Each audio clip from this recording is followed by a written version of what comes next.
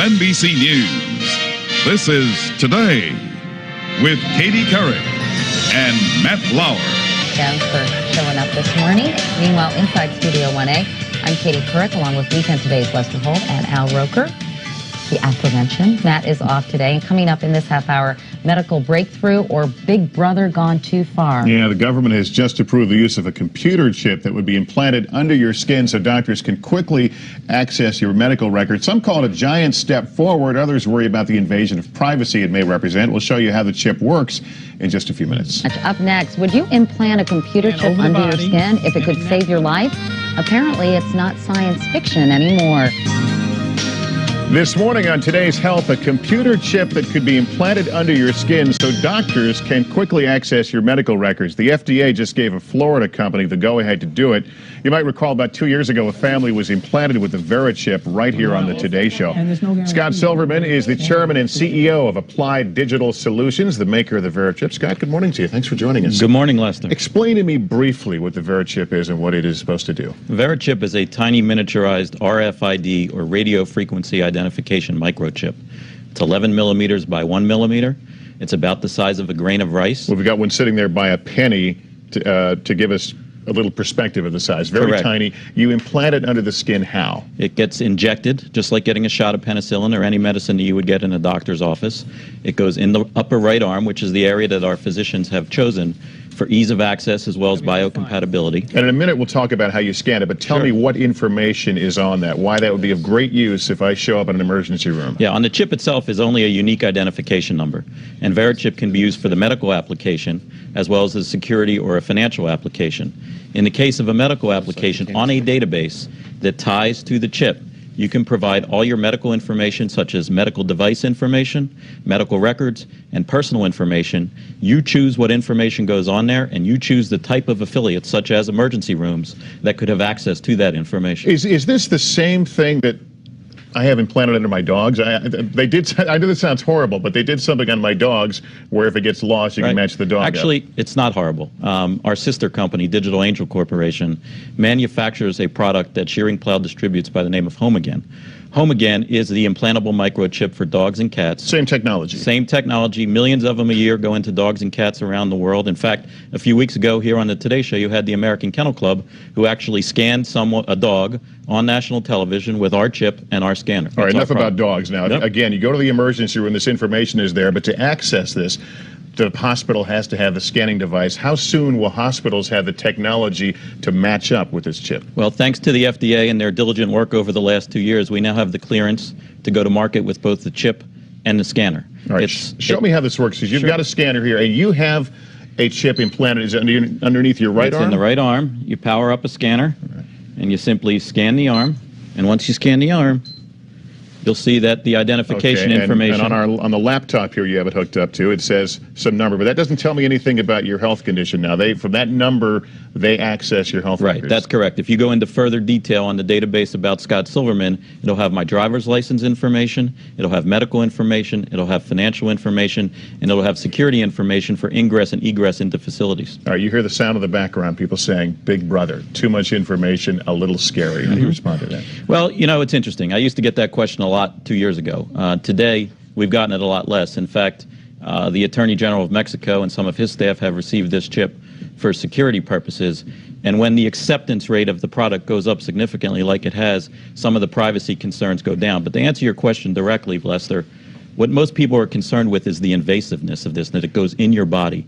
And as we know with pacemakers and other medical devices, that when people accept it for its applications and for its ability is when it'll work its way into society. It won't be tomorrow, it won't be next week, but 2, 3, 5 years from now, slowly but surely, it'll work its way into the mainstream. All right, Scott. Family here on Today last month, they announced they'd be the first family to be fitted with the Microchip. It's a tiny computer chip that can be implanted in the body and then scanned for personal and medical information in emergency situations. Well, they're back this morning to have the procedure done. Jeff, Leslie, and Derek Jacobs are joined by Dr. David Wolkin. Good morning to all of you. Nice to see you. Good morning. And Keith Bolton of Applied Digital Solutions joins us as well, right, Keith? Good morning, Katie. How nice to see you again. Nice to see you too. Briefly, for people who might not be familiar with this technology, can you just describe what the Microchip is and how it works? Yes, Microchip is an advanced verification system It's designed to have a small little needle injected inside of the body, and there's a small little chip that can provide information in the event that you cannot speak. Where is it implanted generally, Keith? Generally, it's implanted in the upper right area to the shoulder, and Jeff Jacobs is actually having his in the shoulder type area. Okay, we'll get to Jeff in a moment, but Leslie and Derek, I know that you had your chips implanted earlier this morning. How did the procedure go, Derek? It went very well. I was actually amazed on how simple and easy it was. Yeah, and Leslie, how about you? Are you feeling any after effects? Was it painful in any way? Oh, no, it was incredibly simple. I felt absolutely nothing, and I feel great. In fact, I know, Leslie, that, well, Derek, first of all, is sort of the catalyst behind this. He saw the VeriChip on the Today Show, and I understand he started pestering you right away, but it really will serve a very useful purpose for your family, Leslie, because I know that your husband, Jeff, was taken to the emergency room in 1995, and doctors asked what medications he was on, and you had a difficult time remembering, right? Oh, yes, he's been rushed many a times, and he's on over 10 medications, had cancer, numerous complications. It's just too much to remember, and with the VeriChip and the scanner, instantaneously they will be able to access all this information. Derek, tell me why, when you saw this, you thought, you know, I have to have my family get this ASAP. What was it about it? Well, technology is my life, and this is a great technological advancement. And also, I thought that it could help my dad because, as my mom said, we have gone to the emergency room many times with him, and a lot of times he's in too much pain to answer any of the questions that he had. And since his medications change often and his medical history is so long, me and my mom can't remember it, so the VeriChip will be able to tell them concise information about his history in only milliseconds. All right. Well, I know that Jeff is about to have the procedure done, and Dr. Wilkin is here, Dr. David Wilkin, a surgeon who your family knows. Dr. Wilkin, why don't you go ahead and implant the chip and just show us how this works?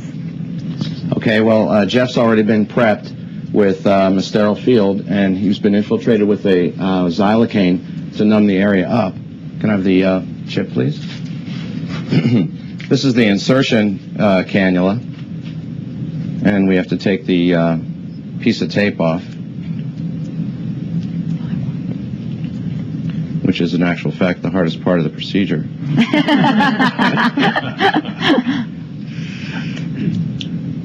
Don't worry, you're just on national television. Well, thank you. Katie, no pressure, no pressure.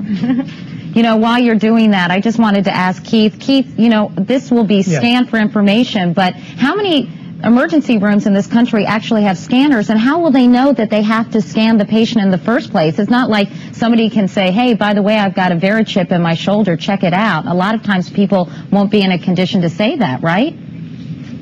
That is probably correct. However, we have spoke with many hospitals, and quite a few hospitals in Florida will have already agreed to take the scanner.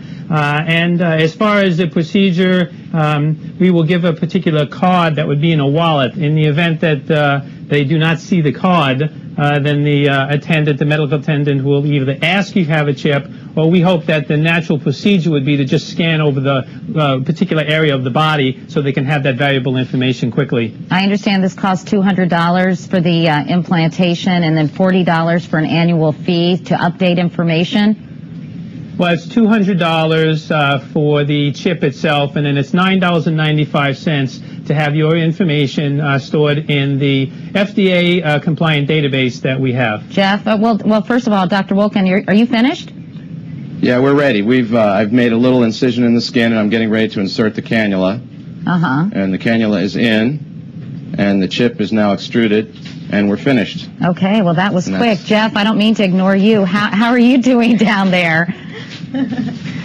Well, you know, I have a doctor who's got the best hands that I know, so of course that's good, and my wonderful family and everyone around, and I thank God so much that I've been given the gift to have something special like this to save my life in case of an emergency. Interesting technology. Derek, real quickly, are you worried about the whole Big Brother thing, invasion of privacy? Well, the chip is a freedom of choice thing, and if you want to have it, it's up to you. If you feel that you have a need for it, that's great, and you should get the chip in if you want. And also, you get to choose the information. Nightlife in the U.S. in 10 years' time. By that time, there may be all kinds of new ways to safeguard and identify all those things that make each of us unique, our faces, even our fingerprints, even our eyes. Here now with more on the future of technology, NBC's Tom Costello. The year is 2017. You're rushed to a hospital unconscious with no ID or medical history, but thanks to a microchip under your skin, it's all there. Science fiction 20 years ago, but a biometric reality today. The technology is based on answering one simple question: am I who I say I am? Already, fingerprints and iris scans verify passenger identities at airports. Within 10 years, that technology may be even more widespread. And look for more complex facial recognition programs that scan a crowd of thousands looking for a single terrorist.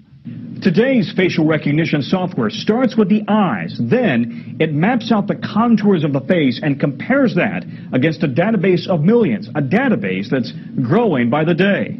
What's next? At the University of Bath in England, researchers predict big changes for consumers. I think it is possible to free us completely of our wallets and keys using biometric technology, if that's what people want in 10 years' time. In fact, it's already here. The latest home security locks use fingerprints to control deadbolts. And at the Jewel Osco grocery store in Chicago, some customers pay using their fingerprints. No paper or plastic. You don't really need anything other than your hand, and you already got that with you.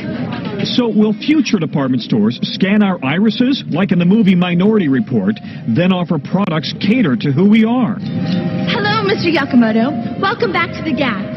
Experts say that technology is here now. The challenge is to safeguard our privacy in a brave new world. Here in the centre of Stockholm, a new high-tech office building is open to welcome startups and established companies like Google and Microsoft. But there's one key thing about the technology of the building, and that is that people who work here can be chipped to gain entry to the building and various services. I've just been chipped myself.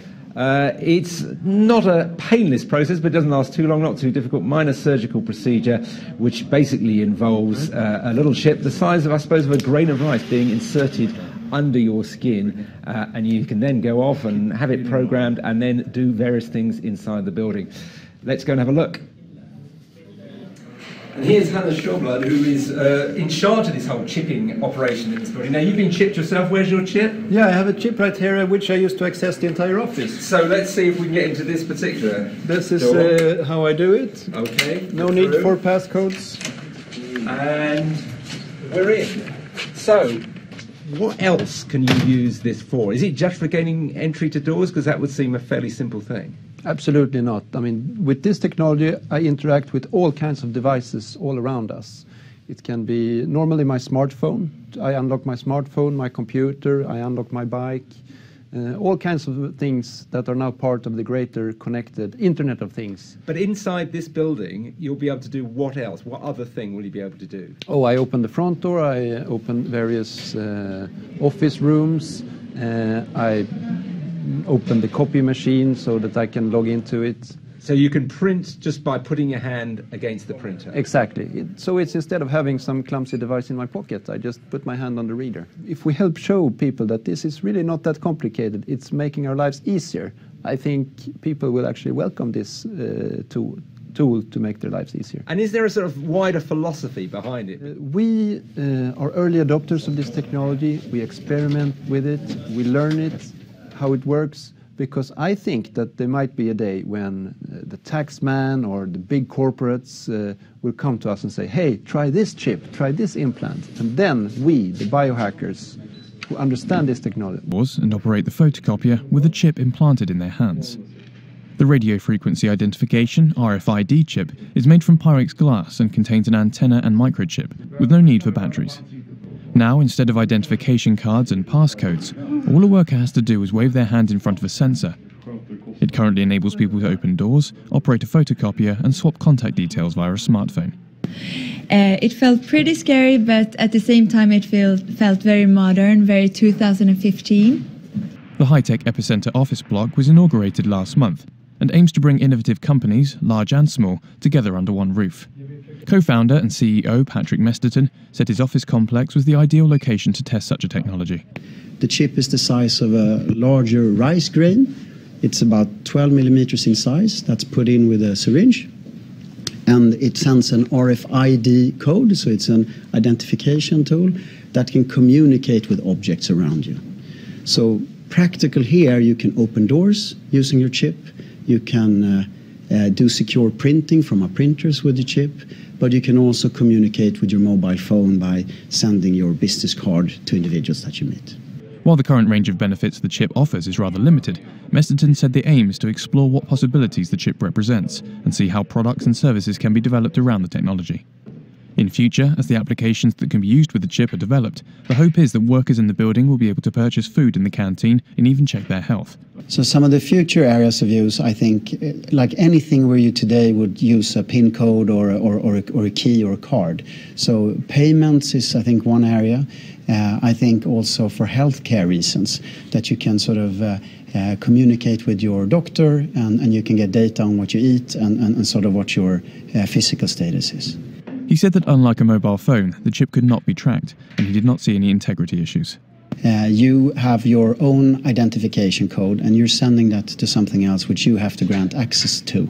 So there's no one else that can sort of follow you on your ID, so to say. It's you who decide who gets access to that ID. The chip is entirely voluntary, and according to the manufacturer, is completely safe.